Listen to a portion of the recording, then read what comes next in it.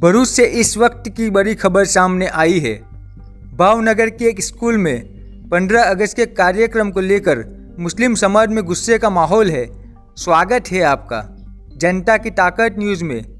जानकारी के अनुसार भावनगर की एक स्कूल में स्वतंत्रता दिवस पर छात्रों ने ऑपरेशन सिंदूर नामक प्रस्तुति दी। इस नाटक में 2 छात्रों को आतंकवादी का किरदार निभाने के लिए बुर्का पहनाया गया। इस घटना को लेकर पूरे मुस्लिम समाज में आक्रोश फैल गया है।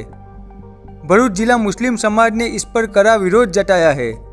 उनकी मांग है कि स्कूल प्रबंधन और शिक्षकों के खिलाफ मामला दर्ज किया जाए। इसी मुद्दे पर अब्दुल कामठी ने भी अपनी प्रतिक्रिया दी है और इसे बेहद आपत्तिजनक बताया है। भारत देशना 79 स्वतंत्र दिवस निमित्ते भावनगरनी कुंभारवाड़ा प्राथमिक शाळामां एक स्कूलमां ત્યાં બાળકો પાસે એક નાટક રજૂ કરવામાં આવ્યું। એ નાટકમાં પહેલગામનો હુમલાનું નાટક રજૂ કરવામાં આવ્યું અને એ હુમલામાં મુસ્લિમ દીકરીઓને બુરખા પહેરાવીને એમની પાસે હુમલો કરવાનો બતાવેલું છે।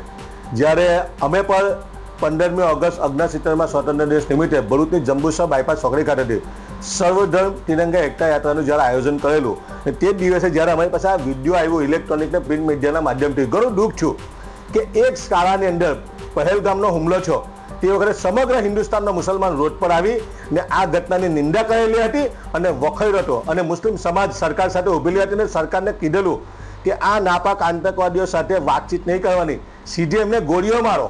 ત્યારે મુસ્લિમ સમાજે રોડ પર આવીને કીધેલું, પરંતુ આજે પણ અમે આ ઘટનાની નિંદા કરે છે। જ્યારે આ કુંભારવાડાની જે ઘટના આવી અમારી પાસે મીડિયાના માધ્યમથી કે ભાઈ એક દીકરી આજે નાટક રજૂ થયું, આટલા સારા દિવસે 15મી ઓગસ્ટના દિવસે દેશના લોકો હર્ષ અને ઉલ્લાસથી સ્વતંત્ર દિવસની ઉજવણી કરેલા હતા।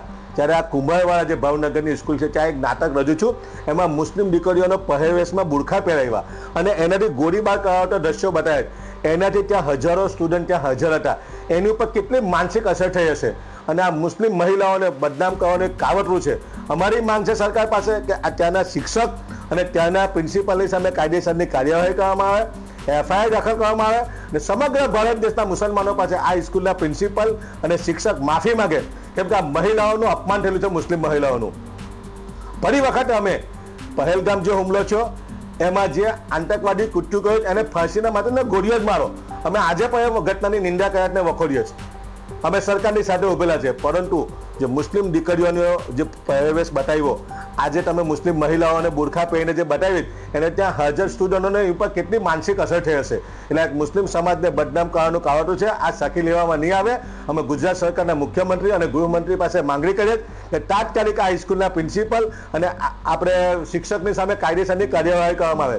જે બાળકોએ આ નાટક ભજવ્યું એમાં એમનો કોઈ બિચારાનો વાંક નથી, એ તો સ્ટુડન્ટ છે, બાળકો છે, એમને કોઈ જ્ઞાન ના હતું કે અમારી પાસે કયું નાટક ભજવવામાં આવે, પરંતુ આ એની નૈતિક તમામ જવાબદારી ત્યાંની જિલ્લા શિક્ષણ અધિકારીની, ત્યાંના પ્રિન્સિપલની અને ત્યાંના શિક્ષકની હતી। એટલે અમારી સમસ્ત ભરૂચ જિલ્લા મુસ્લિમ સમાજની લાગણી અને માંગણી છે કે આ સ્કૂલની સામે કાયદેસરની કાર્યવાહી કરવામાં આવે, પ્રિન્સિપલની સામે અને ત્યાંના શિક્ષક સામે ફોજદારી કાર્યવાહી કરીને એમને જેલના સળિયા ધકેલવામાં આવે, એવી અમારી ભરૂચ જિલ્લા મુસ્લિમ સમાજની માંગણી છે। फिलहाल इस घटना को लेकर मुस्लिम समाज में रोष व्याप्त है और पूरे जिले में इसे लेकर चर्चा का माहौल बना हुआ है।